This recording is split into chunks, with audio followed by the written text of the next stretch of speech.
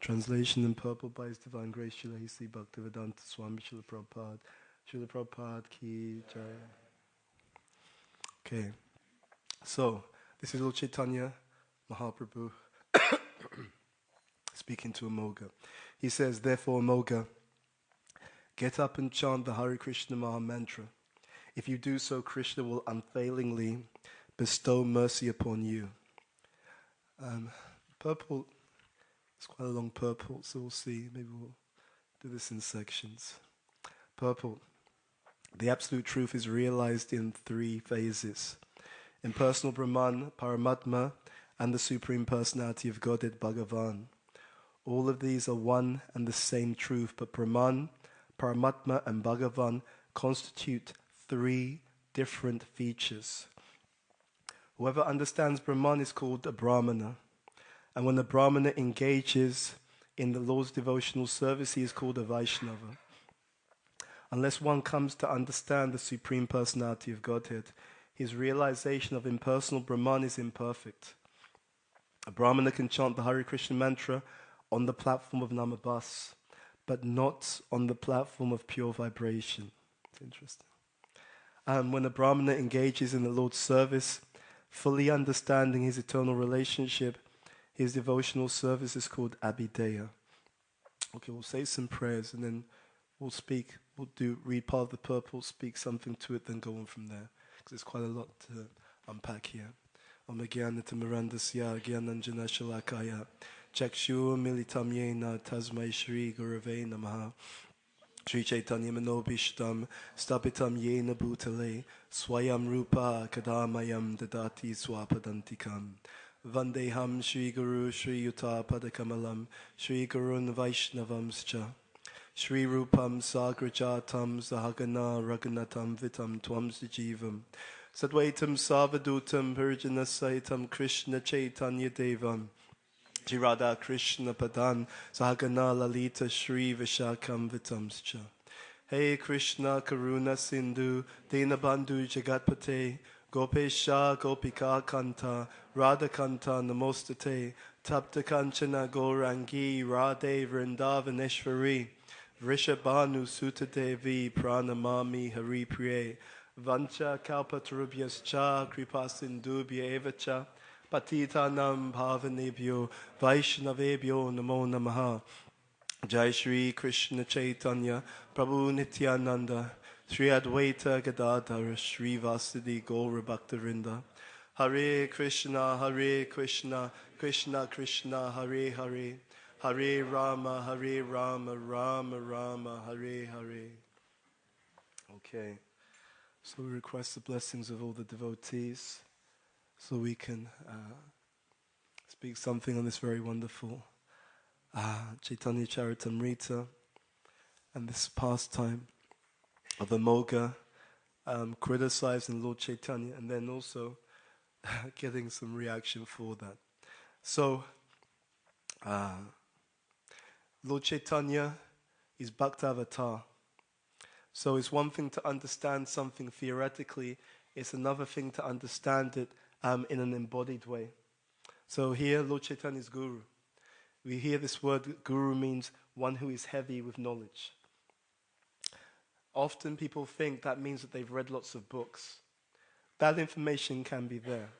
But heavy with knowledge means it weighs on your character, actually. Right? So heavy with knowledge means that whatever you're speaking, you live it, you've embodied it. It becomes part of the character. So the preaching is actually the sadhachar. So Lord Chaitanya, as Bhaktavatar, as he's come in the form of a devotee, he's teaching us by example. Amoga Leela has criticized him. Sarvabhauma and his wife, they're so unhappy. They're so unhappy. But Lord Chaitanya, he actually says in previous verses, he said he didn't say anything wrong. In fact, he said that what he said, the criticism he made of me is correct. Like that. So the first thing is we should understand as devotees, criticism is part for the course, right? So it happens. When we practice Krishna consciousness with false assumption, wrong assumption, it can derail people. I've personally seen this. I've seen so many individuals on the path of bhakti become derailed. And a lot of it was to do with the wrong expectation. So our expectations are set by this. Our expectations are set by Shastra. We all come to the movement with our own conditioning. And conditioning means we have our own ideas. The difficulty we have is that many of these ideas that we have about devotional service, they're subconscious. They only come up when something does not align with our expectations. So here, through the example of Sri Chaitanya Mahaprabhu, we're being given the example. Don't take it seriously. In fact, the mood of a devotee is that whenever one is criticized, one feels there is a good reason for this. This is Krishna's mercy upon me. Even if the criticism is factually incorrect, we should be able to use it to propel us forward. Therefore, the greatest victory of a devotee is that throughout your decades of practicing bhakti, the greatest victory is that you complete this process with a soft heart. You understand? That's what you're looking for. And therefore, this art of forgiveness is so extraordinarily important because bhakti takes place with the instrument of the heart. If the heart is held down by anger, grudges, bitterness, resentment, then that heart does not become the correct instrument to engage in this Krishna bhakti. So forgiveness is a must, and it's not something that comes naturally in Kali Yuga. Therefore, forgiveness must be practiced. We can practice every day. How do we practice? The way to practice forgiveness is to see with compassion. See, there's an implicit and very, very damaging training that we all get by being part of this material world. In this material world, we're conditioned all the time to take things on face value, superficially. Whether you go onto social media or in other situations, we're being conditioned implicitly to just take things on the surface. And therefore, what tends to happen is when we are in difficult situations, we also read it on that same superficial way. But if you want to have a heart which is joyful, kind, loving, compassionate, we have to learn to see behind the negativity. We have to understand that the very individual who may be critical, offensive, or fault-finding, that actually it's a reflection on them. You understand? No one who is deeply joyful, no one who is experiencing very, very deep spiritual absorption in Krishna consciousness, no one who's constantly experiencing Krishna's loving exchange, people like that, devotees like that, they don't go around fault-finding. They're actually, they feel there's such an abundance of joy in their lives, and there's such a feeling of how Krishna continues to come through for them that actually, because they're so joyful, they don't take these things seriously. You see? We take it seriously, but if we take it seriously, it means that we're not in that state of deep joy. You see? Wherever you leave a vacuum, wherever we leave a vacuum in the heart, that's where Maya will come in. Right? So this vision of forgiveness is a vision of deep compassion. Oh, this person is being rude and harsh and negative. Okay, this means that this person behind the scenes, they're suffering. Right? They're suffering. That rudeness, that harshness, it means, and this is being spoken about here, right? Lord Chaitanya talks to him about the heart. The heart of a Brahmana is by nature very clean, therefore it is a proper place for Krishna to sit. Then he says 275, why have you allowed the chandala of jealousy to sit here also? That means when Sri Chaitanya Mahaprabhu is speaking to Amoga, he's pointing out you've allowed yourself to be polluted by the lower modes. You see? There's value. Value in the mode of goodness is appreciation. You have something, I value it, so I'm going to appreciate you. Value in the mode of passion is jealousy. You have something, I want to have more than you do. Jealousy. Value in the mode of ignorance is envy. You have something, I don't want you to have that. I want to have what you have. I want to take it from you. Envy. They're all the same principle, but they are experienced in different modes. So we should understand that the very person who's rude, harsh, critical, it's actually a cry for help. It's a cry for help that's so deep inside the person that they're not even conscious of it. Because we see superficially, we think that that's because they're very strong and demanding. No, it's because they're very weak and insecure. And with that, a deep perception, right? Seeing behind the surface, then it will invoke genuine compassion. It won't be an act. It won't be a performance. It won't be, oh, Scripture says. And it also means, actually, in the mode of goodness, we also recognize how we truly feel, right? Suppressing feelings is symptomatic of ignorance. And when you suppress it, eventually it just blows up later on. So acknowledgement, but not lashing out. Okay, I'm hurt. Okay, it's honest. But now let me work with that to let it go, to move beyond that. Okay? So one has to be very, very real in order to understand and to interact properly. But the mood has to be practiced. Yeah? We have to learn to have a compassionate mood. If we lack forgiveness, it means we lack compassion, actually.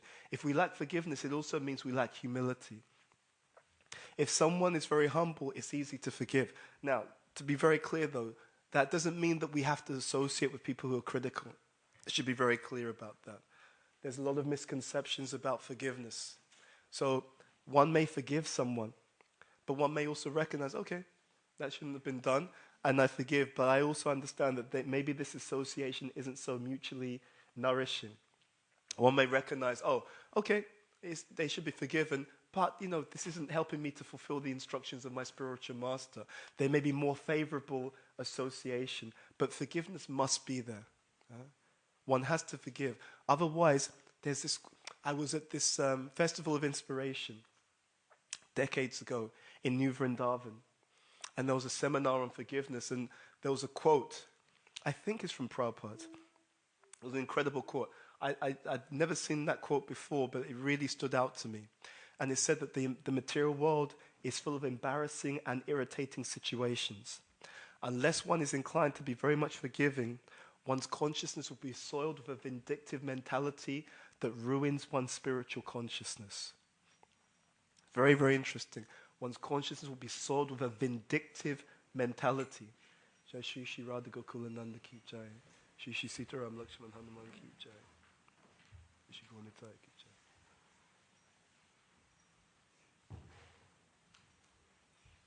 Yeah, so that vindictive mentality, it ruins one's spiritual consciousness. So we practice forgiveness. In this purport, well, let's go back first of all. So Lord Chaitanya Mahaprabhu, he says something that seems paradoxical. He says,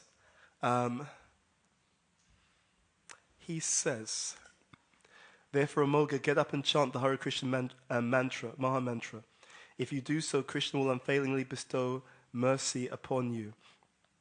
It's not contradictory, but the point is that this Hare Krishna Maha Mantra, it is actually Krishna's association. The mantra is directly the time that you spend with the Supreme Personality of Godhead. And we know that we're shaped by our association. That's why it's so important. But even that spending time with someone is how much you're attentive to that person. I think Satchidananda Maharaj has this saying that attention is the seed of love. Attention is the seed of love. So we're trying to be more attentive in our association with the holy name, with the deity, in fact, with all aspects of devotional service. Excuse me. And by that attention, as is said here, the phal, the result, or the fruit is Krishna will unfailingly bestow mercy upon you. But what's also interesting is in the previous verse, what did Lord Chaitanya say? Due to the association of Sarvabhauma Bhattacharya, all your contamination is now vanquished. So the question comes up, what is more important, Sadhu Sangha or Maha Mantra?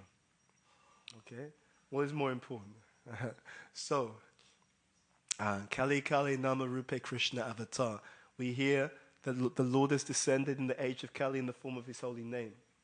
And then we also hear Sadhu Sangha Sarva Shastra Koi, Lava Matra Sadhu Sangha Sarva Siddhi Hoy. Lava Matra, even a moment's association with a sadhu can give all perfection. Actually, the association of the sadhus is the most important. The reason for that, it is the sadhus who give us the holy name. And it is the sadhus who help us to unpack the gift and to learn to practice to chant the holy name properly. So it is the gift of the sadhus.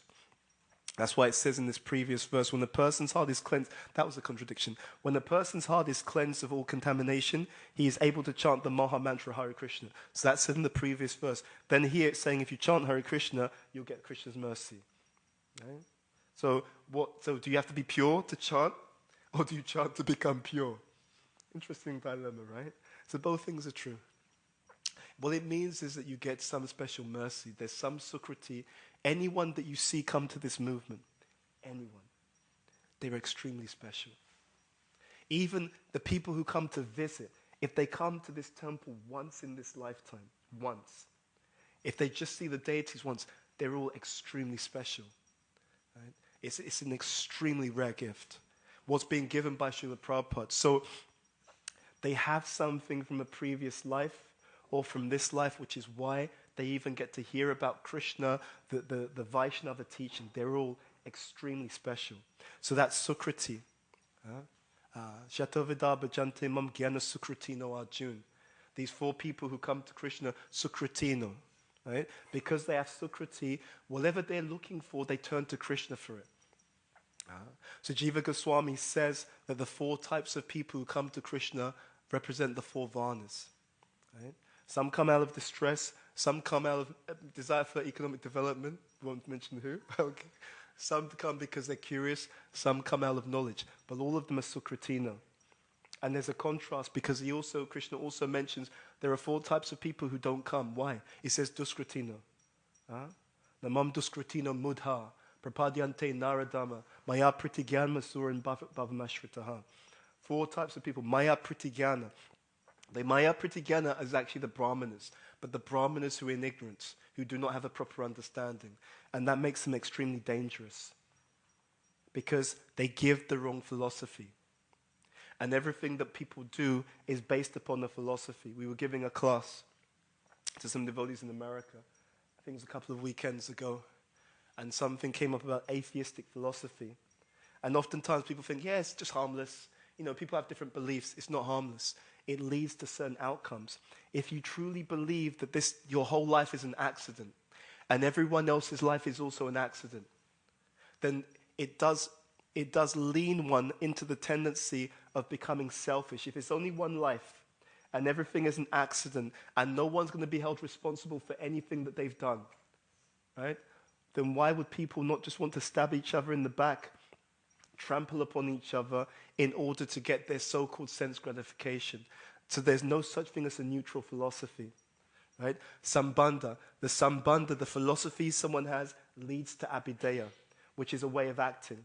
And the abhideya, or the way of acting someone has, leads to prayojana. It leads to a certain outcome.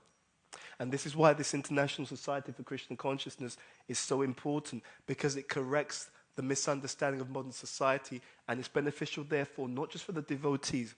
It stops the entire material world becoming a hellish place. Right?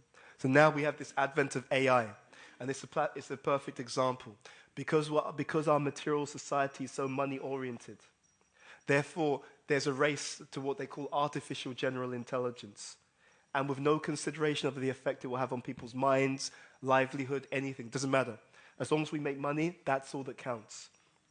Right? So all of this atheistic mentality, all of this, it turns the material world into a hellish place. Even when people have the idea that life is all about enjoyment, then what does Krishna say? In the Bhagavad Gita, Varna Shankara, he says it will lead to Varna Shankara, unwanted progeny. And what happens if a person is unwanted? They have the samskars from a very young age that I'm not good enough, I was not wanted, right? And they spend their whole life trying to work through that samskar, which is very, very deep in their consciousness. So it affects the nature of the living entities who take birth in the material world. And if they're of a low caliber, their mentality then plays out, and it makes the world much harder to live in for those who are materialists, but it also makes the world much harder to live in for those who are spiritual as well. So nothing is neutral. In this purple, the absolute truth is realized in three phases. So you know this famous verse, Brahmati, Paramatmati, Bhagavaniti, Shabdyate. So these three aspects of the absolute truth, Brahman actually relates to the Sat potency of the Lord. So the Lord's potency of eternality. So when someone has realized Brahman, what they're realizing is particularly that feature of the supreme absolute truth. If someone has Paramatma realization, they're realizing the Sat potency and the Chit potency, right? So the potency of eternality and the potency of knowledge, right? So the guide, the Paramatma, the super soul in the heart. And if someone realizes Bhagavan, only if someone realizes Bhagavan, then all three elements are realized. Sat, Chit, Ananda. Why? Because bliss means relationship. Bliss only comes by loving exchange. Without loving exchange, there's no joy, there's no Ananda. So these three levels are important. And Prabhupada says whoever understands Brahman is called a Brahmana. So this is also interesting. Scripture uses the same word in different ways. So when Prabhupada says here, whoever understands Brahman is called a Brahmana, there's a verse. Brahma Janati Brahmana. Right?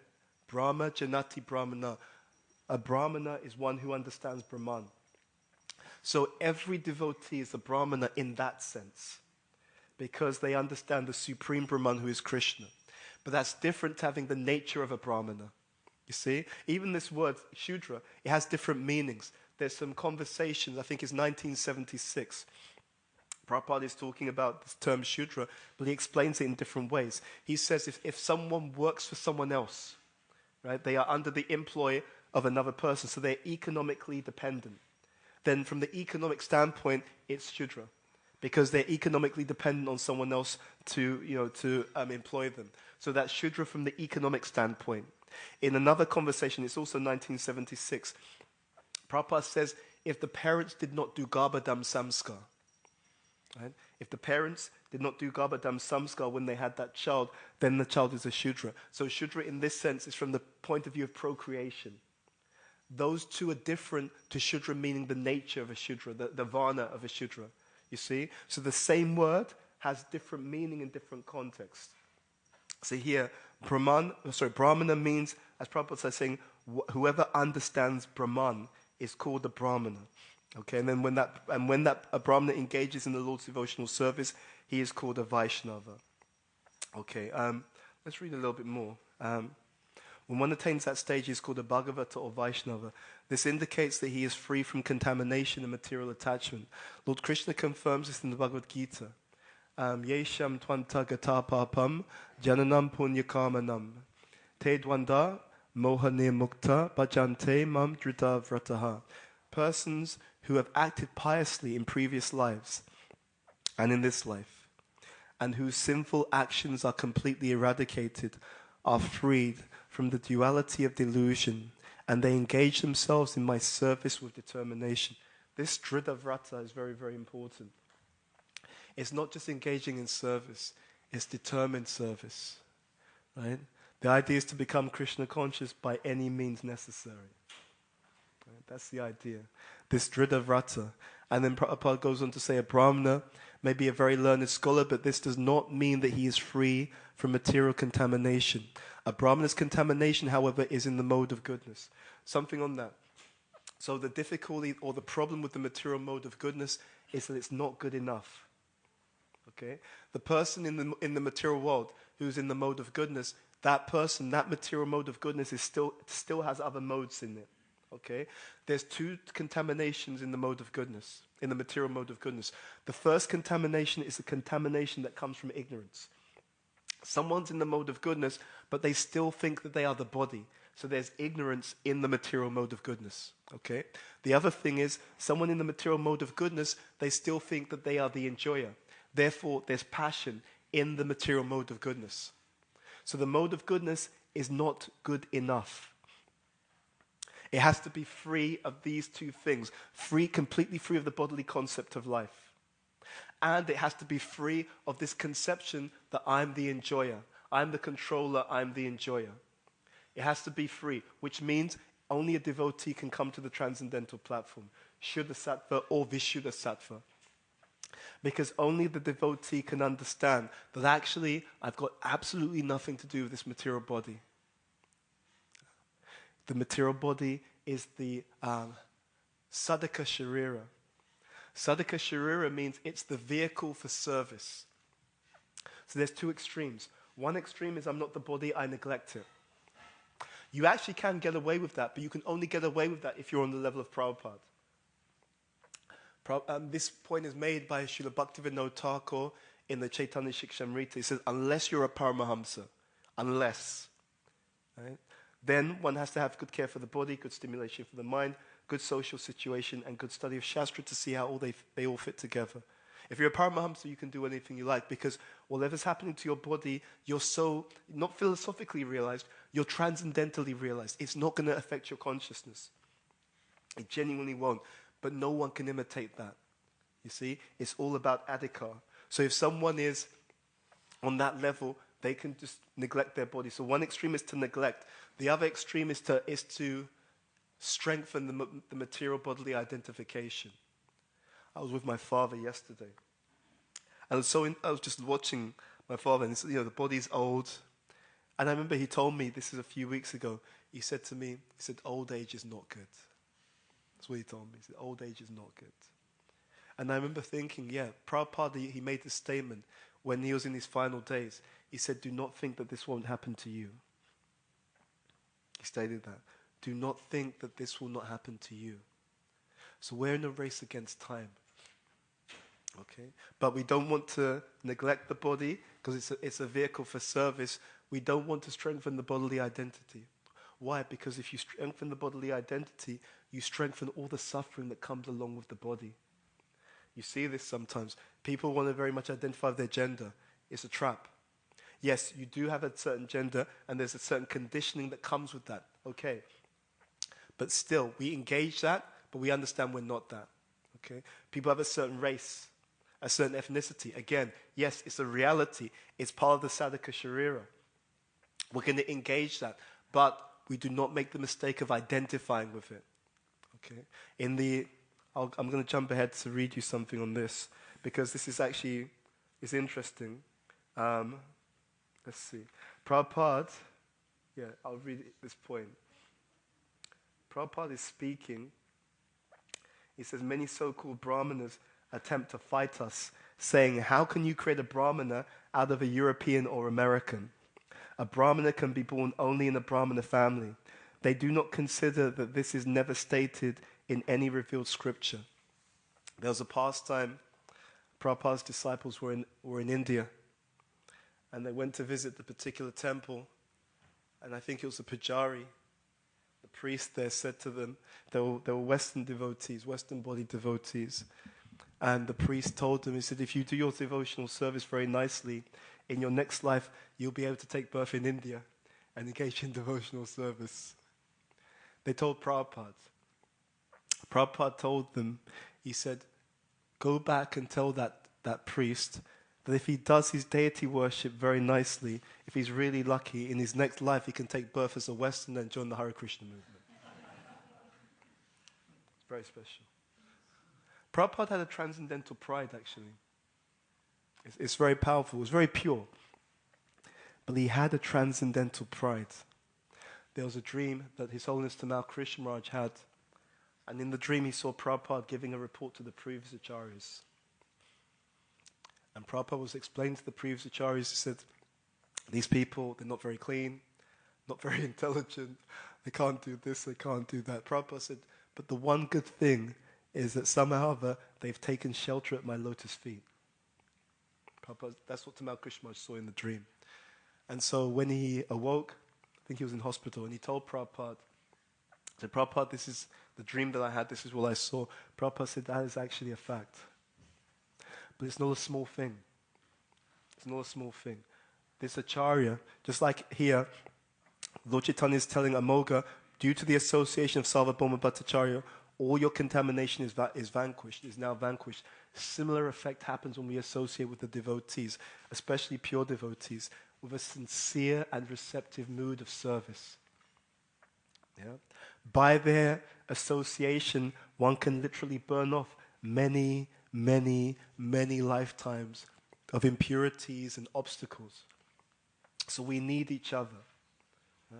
This Krishna consciousness is a family affair. Hare Krishna. See, this Krishna consciousness is a family affair. So we have to be what? We have to be humble and tolerant.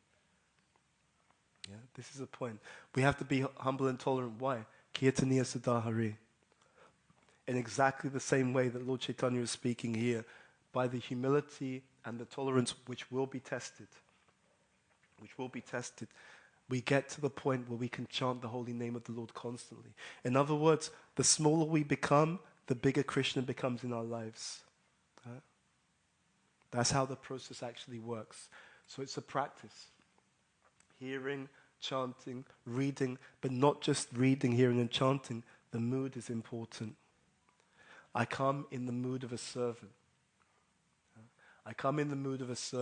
Lord Nityananda, there's sometimes it's explained that when he was going to give people the benediction of the holy name, he says, I come with straw between my teeth to simply beg you to chant these holy names of Krishna.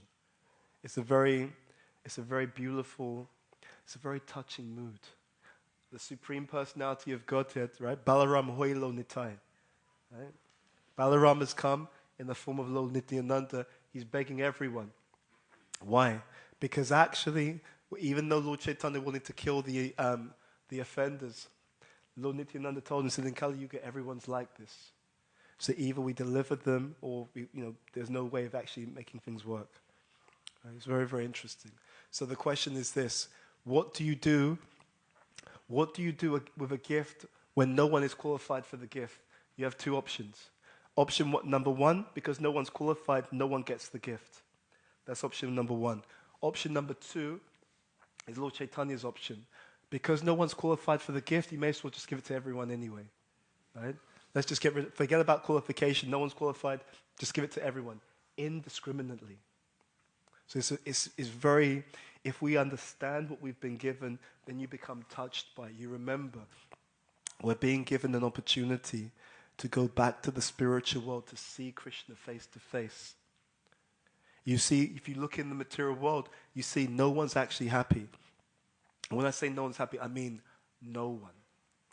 Sometimes, at best, you see someone doing something and they think they're going to be happy, but you can see that the exact thing that they're doing today is going to be the cause of their suffering tomorrow. You can see it's like on schedule. Just like Maharaj Chitraketu, he wanted a son. He had so many queens, none of them could give him a son.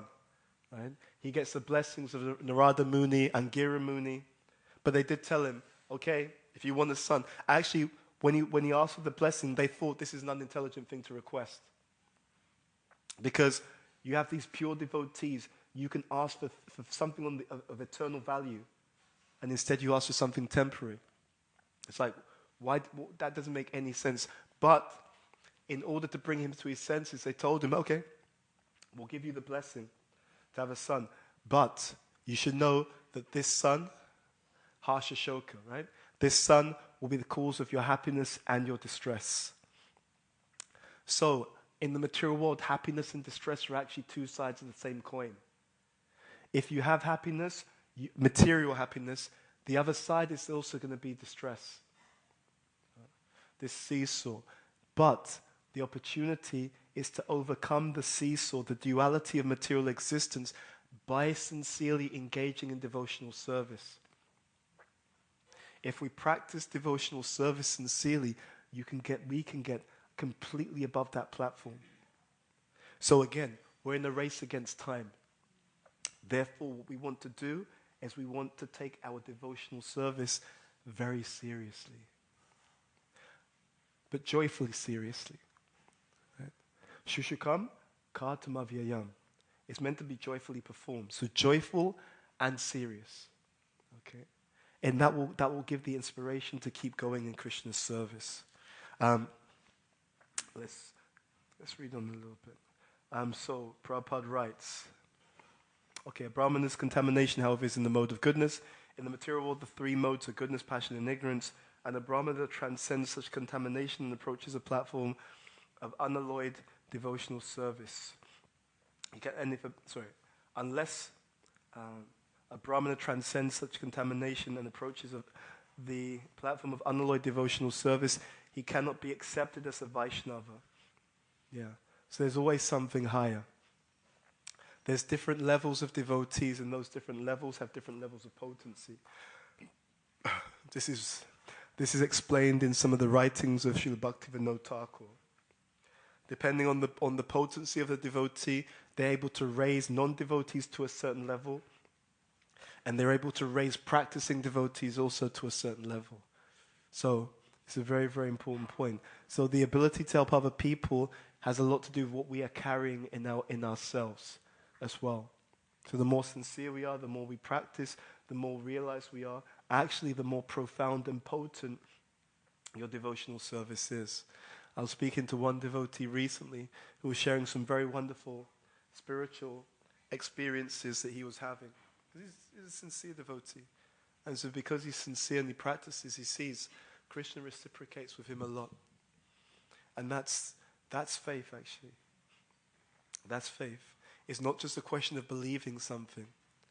It's actually a question of putting the teachings into practice. And the more that they're put into practice, the more your faith becomes realization. Yeah? And then when you speak, when you act, you convey subtly and even externally, you convey the depth of your own realization by your interactions with other people. So this is also a key point that needs to be, understood and realized as well. In the Purple, Prabhupada talks about the impersonalists. Prabhupada said, sometimes impersonalists, they'll engage in deity worship, but they have the wrong conception. And Prabhupada gave the point. He said it's just like you use a ladder to get up, and then once you're on the higher platform, you kick the ladder away. He said that's how they use guru or the deity. It's like it's a means to an end. And now that I've got my so-called realization, I just kick them aside. But guru is not a means to an end. Guru is actually eternal. It is the supreme personality of servitorship. Right? We practice. What do we practice? The love we have for Krishna, the service we have for Krishna, we practice offering that through the medium of the spiritual master. Yeah? It's not just a concept. It's not just a theory. There has to be someone to serve. Otherwise, we will always think that we are more realized than we actually are. Yeah, I'm selfless. Okay, we'll see about that. Okay, we'll see. How selfless are you? This is what we're trying to actually achieve. We're trying to get out of the center. All the pain, all the suffering of every living entity comes down to this one thing. Aham mamati, I'm the body, right? And this idea that I'm the center. Everything is meant to revolve around me. The more that we have that, the more we're going to conflict with life itself. Why? Because the material energy is distinctly designed to teach us the opposite. So we want to lean into the teaching. Devyesha guna mayi, mama maya duratyaya. Mama vaye prapadyante, maya me tam tarantite. Devyesha guna mayi. This divine energy of mind consisting of the three modes of material nature is what? Mama maya duratyaya. Duratyaya means very difficult to overcome. Mame vaye prapadyante. Prapadyante means surrender. But for those who surrender unto me, Krishna says, Mayam etam tarantite. He says they can overcome this material energy easily. Easily. So our hope is to surrender. What happens in the life of devotees is that, and the previous verse that speaks about this, what happens in the life of devotees is that if we act properly, our life experience is very, very different. Let's see, I'll read you this verse. There's a verse that explains what happens when someone acts improperly. Let's see. I want to find this verse for you.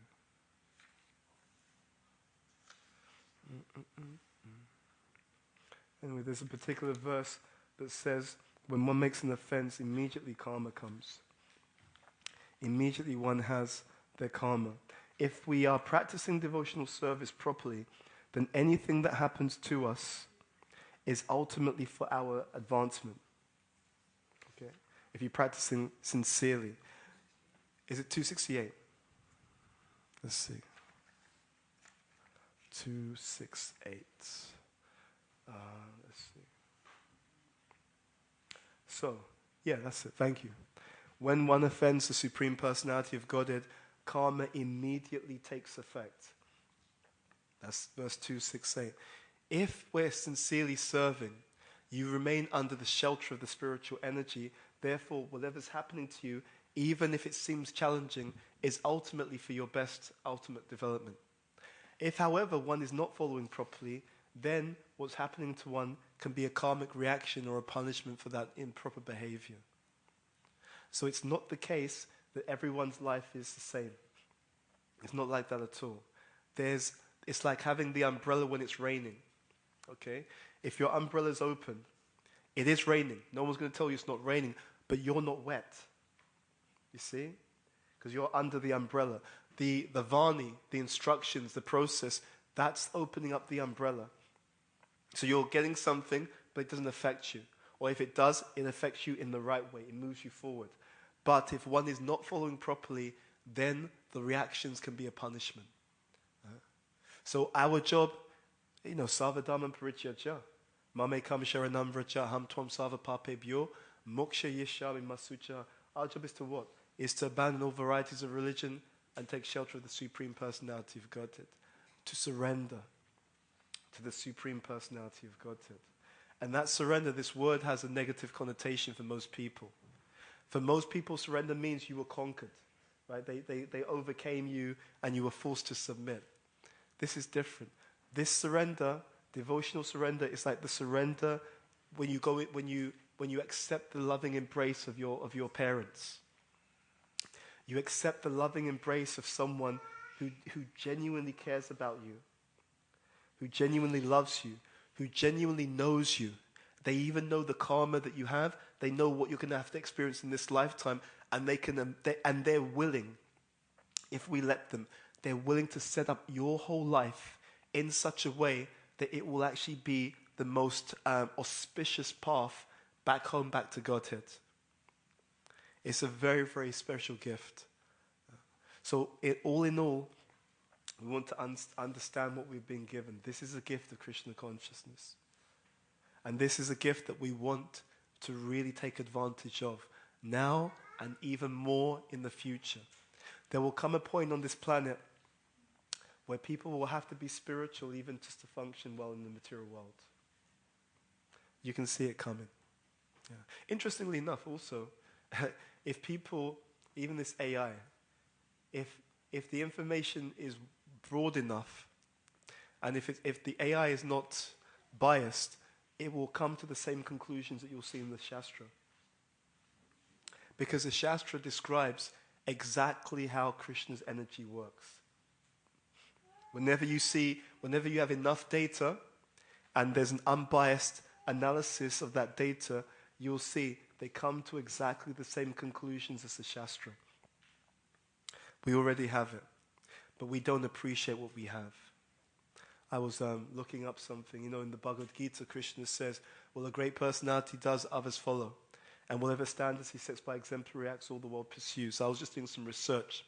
And there's research that says if you're a leader and you're in a position of leadership, whatever you do, it will have an effect upon other people. Consciously or unconsciously, they will start to lean into the behavior that you're demonstrating. Right? It's exactly the same principle. Whatever standards he sets by exemplary acts, everyone else is going to pursue that particular standard. So, Adhyatma Vidya, Vidyanam. Krishna says of sciences, I am the supreme science of self-realization. It's all here already. It's all here already. So Prabhupada was in front of the deities, Radha Landanishvara, and he turned to the devotees and he said to them, he said, I've captured Krishna and I'm holding him captive in my heart. He said, now you come and take. Okay, thank you very much. Sri Chaitanya Charitamrita ki jai, Srila Prabhupada ki jai, Jani Tagore Premanandi, Hari Hari Bol. Okay, do we have any questions or comments? I saw a hand over there. Do we have a microphone? Pass around. Thank you. So forgive me, my voice is a little bit, I've got a bit of a cold coming on, so sorry about that. Hare Krishna, thank you for an amazing class. I was just wondering, because you said that even if somebody falsely criticizes us, we can still learn from it. Absolutely. So I was wondering how we can do that. Yeah, so we should come to a point where we are able to say thank you to Krishna for everything. So, someone praises you. We should think, thank you, Krishna. You know I need the encouragement to carry on practicing devotional service. You've sent someone to praise me. Someone criticizes us. We should think, thank you, Krishna. You know I've got such a big ego that you're helping me to keep my feet on the ground by having someone say this to me so I don't become big-headed. I remember one Prabhupada disciple who gave class many years ago, and he said something very interesting. He actually said in the class, he said, I admit that I've hurt people. He said that in the class. He said, I admit that I've hurt people. He said, but I've been hurt as much, if not more, than those who I've hurt, and I'm still around. And he went on to say, he said, there were other devotees who were also sometimes not behaving ideally, but they weren't corrected. And he said, those devotees who weren't corrected, he said, they're no longer practicing, they're not still around. He said, I'm still around. So this is Krishna. He will send, there's no accidents. He will send something, and it's up to us. It's up to us to have a divine interpretation. Gyan chakshus, Shastra chakshus, to see it in a way that's favorable for our devotional service. I was in touch with one devotee recently who I think is basically no longer practicing, or on his way to no longer practicing. So he went through a difficulty in his relationship, in a particular relationship. And then he was hurt. And he said that he felt that his, let's say, guru wasn't there for him. And I remember thinking, this guru has so many disciples. Is that realistic to expect that this person, when you're going through this, that they're going to be able to give you as much time as you expect? I have to be honest, I don't think it's realistic. I could understand his pain, though. I could understand his pain, so we would just empathize with him. But again, it goes back to the point we made earlier. It's how we take the situations that come upon us. If we do not practice taking these challenging situations in a way that makes us more Krishna conscious, we will lose our enthusiasm. And first, your enthusiasm goes down. When the enthusiasm goes down, then your practice goes down. When the practice goes down, the association goes down. And then eventually, you don't even see the person again. We need each other. But this mindset is really important. Whatever happens to me, if we're becoming genuinely transcendental, we learn to say thank you to Krishna for whatever's happening. It really is like that. We want to learn to say thank you, Krishna. Whatever's happening to me, thank you, because whatever's happening, I can learn from this in a way that helps me to make spiritual advancement. That's what I meant. Does that make some sense? Yeah, thank you for your question. Yes, can you pass the microphone? Please.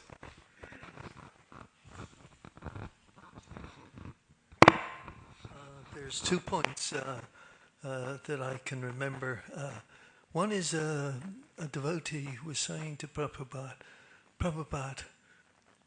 I don't know how to struggle to keep on. He says, everything I do, I seem to make mistakes. And I feel so bad, And then Prabhupada, he said to him, this is the way a devotee should feel. And there's the other one that's in the Mahabharata. Critics take the karma. Yes. And beauty is in the eye of the beholder.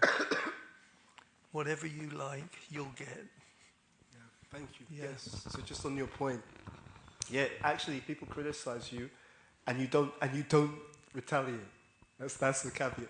If you're being criticized and you don't retaliate, the pious credit of the person who's criticizing you comes to you. It's in the Mahabharata, and it's also mentioned in other places.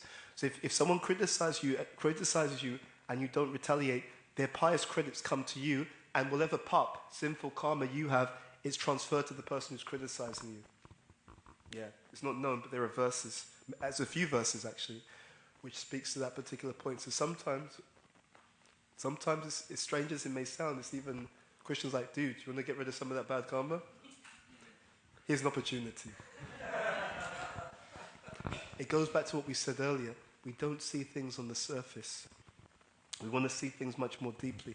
Everything, I can tell you honestly, everything that's in the scriptures, because Krishna is not selfish, he's selfless. When he tells you to do something, well, I can absolutely guarantee you, whatever Krishna is telling you to do, it's for your benefit. If he says forgive, it's for your benefit. If he says, serve sincerely, it's for your benefit. If he says sacrifice, it's for your benefit. Whatever Krishna tells you to do, because he's truly selfless. This is a miracle of Krishna consciousness. The devotee puts Krishna in the center. But who do you think Krishna puts in the center? Who do you think? He puts his own devotees in the center. It's just that we're not used to it. We think I've got to put myself in the center, and if I don't put myself in the center, no one's going to look after me. That's true here. Don't get me wrong, that's a fact here, materially, but not spiritually. You can do an experiment. If you put Krishna in the center sincerely, not foolishly, but you do it in a wise way, you couldn't even begin to imagine how Krishna will look after you. Right? Not just like a deep sense of abundant joy, but even he'll arrange situations. He'll let you know, look, don't worry, I'm going to take care of you.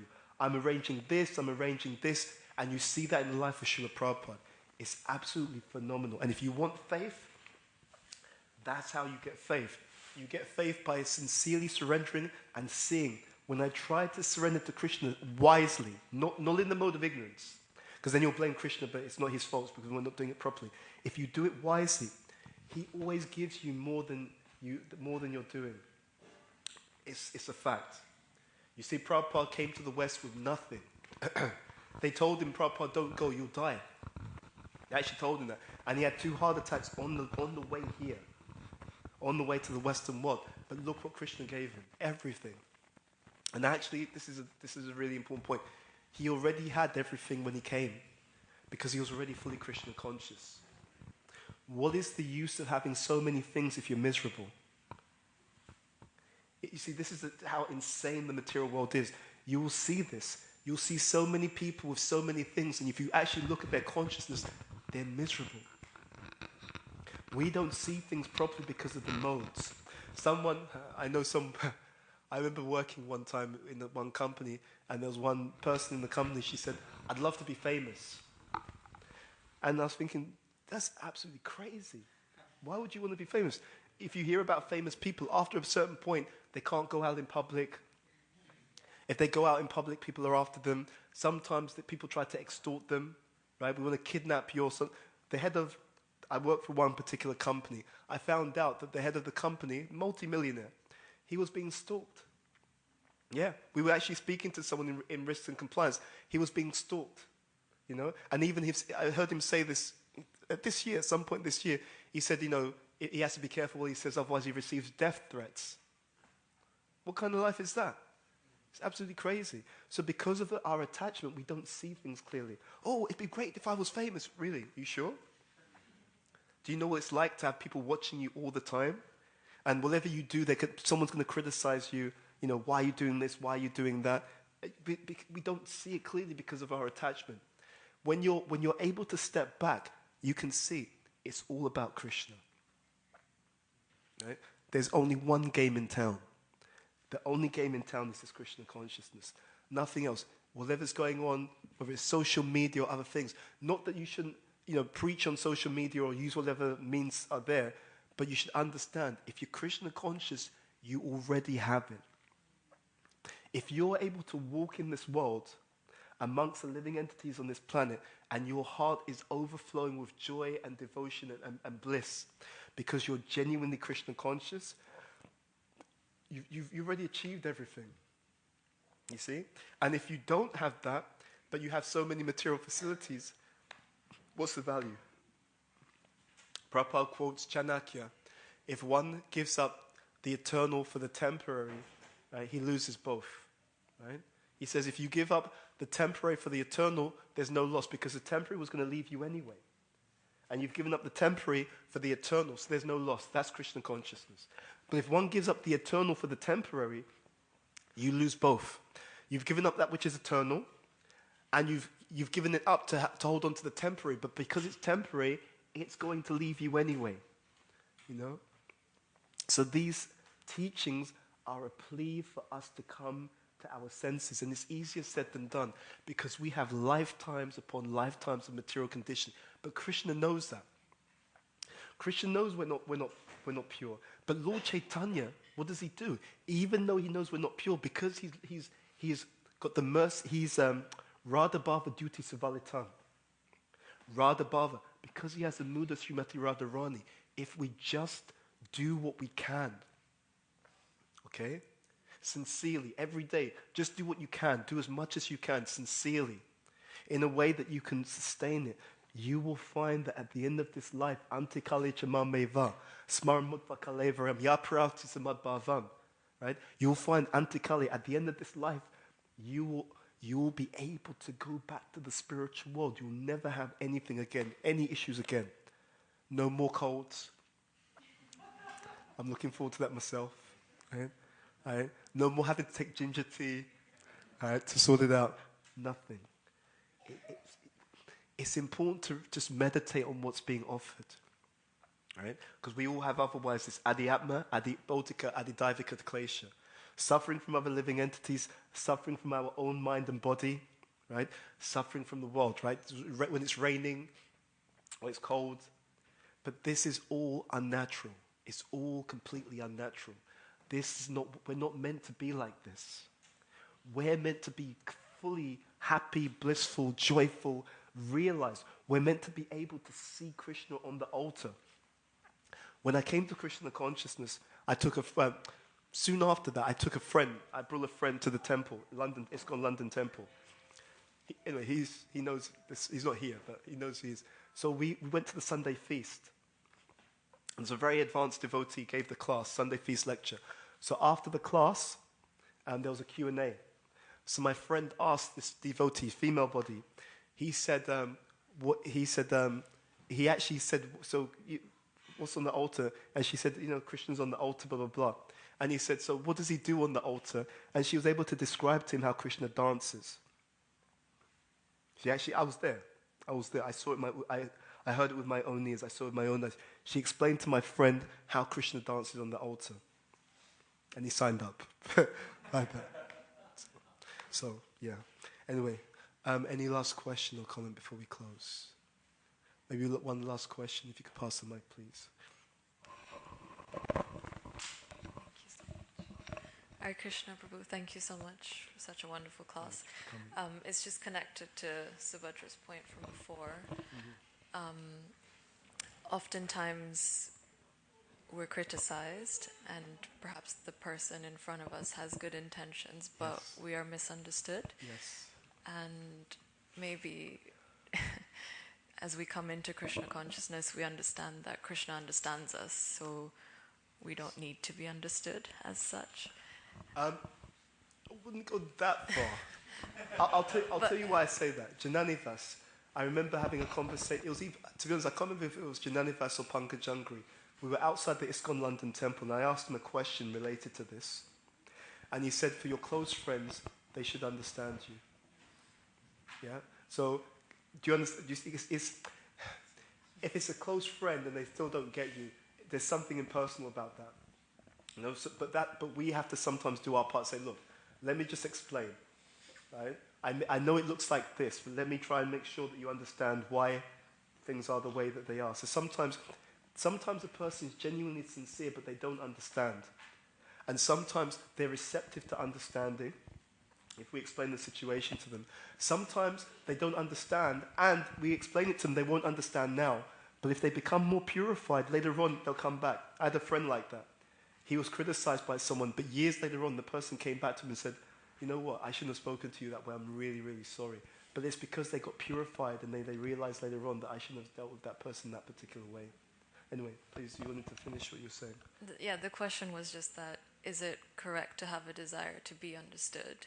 It's natural. Which you explained. It's natural. Okay. It's natural to expect. It's natural to want to be understood by those we are striving to be close to. It's natural. I was trying to connect it to your other point where you mentioned that, we also want to be the center of attention. So that's not the same thing. Is that okay? No. Just because you want to be understood, it doesn't mean that you're trying to take God's position. There are some things which are just natural to being a living entity. Right? We have feelings. There's a wonderful purport by Prabhupada. He talks about this. You can't suppress the finer sentiments.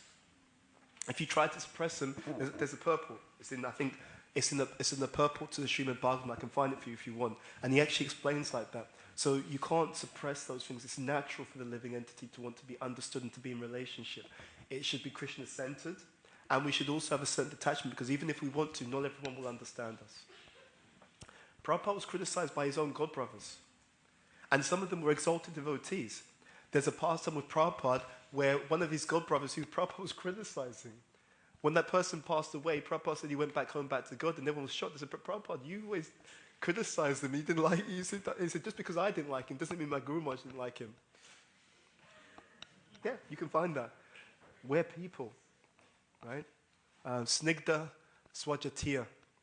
We're looking for association which is affectionate, like-minded, So we love and respect everyone, but you can't be close to everyone. The idea that you can be close to all the devotees, there are millions of people who accept Bhagavad Gita as their truth. You can't be close to everyone, but we can cultivate relationships. We can love everyone, respect everyone who's coming to Krishna consciousness, but there'll be some people you'll have a natural affinity for, and that's completely natural. Yeah. Again, it's the expectation that it should be according to Guru Sadhu Shastra. Otherwise, we'll be disappointed. Does that answer your question? Okay, so thank you very much. We will stop here. Nice jumper. We'll stop here. Shri Chaitanya Charitamrita ki jai. Srila Prabhupada ki jai. Janitai Gaura Pramanandi Hari Hari Bol.